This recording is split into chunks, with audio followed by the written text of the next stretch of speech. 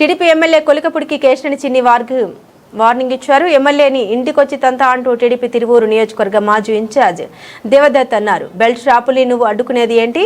175 నియోజకవర్గాల్లో ఎలా జరిగితే ఇక్కడ అలాగే జరుగుతుంది.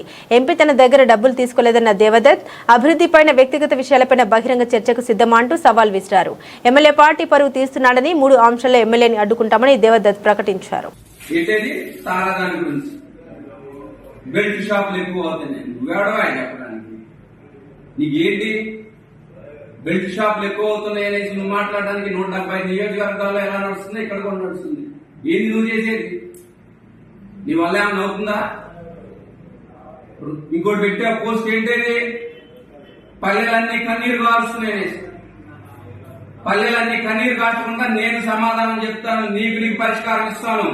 నాతో పాటు రా, చంద్రబాబు నాయుడు గారి దగ్గరికి వెళ్దాం, లోకేష్ బాబు గారి దగ్గరికి వెళ్దాం, పురపాలక శాఖ మంత్రి నారాయణ గారి దగ్గరికి వెళ్దాం, పవన్ కళ్యాణ్ గారి పంచాయతీరాజ్ సత్న పవన్ కళ్యాణ్ గారి దగ్గరికి వెళ్దాం, రోడ్లు అడుగుదాం. 5 దగ్గరికి వెళ్తే 5 రోడ్లు ఇస్తారు.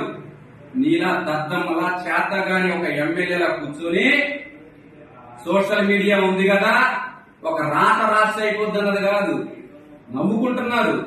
పల్లెలన్నీ కన్నీరు పెడుతున్నాయి, రోడ్లు లేక వెలగలపోతున్నాయి అంటే అది నీ చేతగానితనం కాదా? నిన్ను ఎందుకు అనుకున్నారు ఎమ్మెల్యేగా?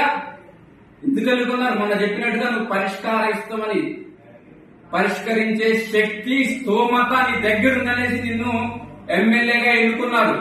ఈ రోజు నీకు అది చేత కాదు అనేసి తిరువూరు నియోజకవర్గ ప్రజలందరూ కూడా నెత్తి నూరు మొత్తుకుంటున్నారు.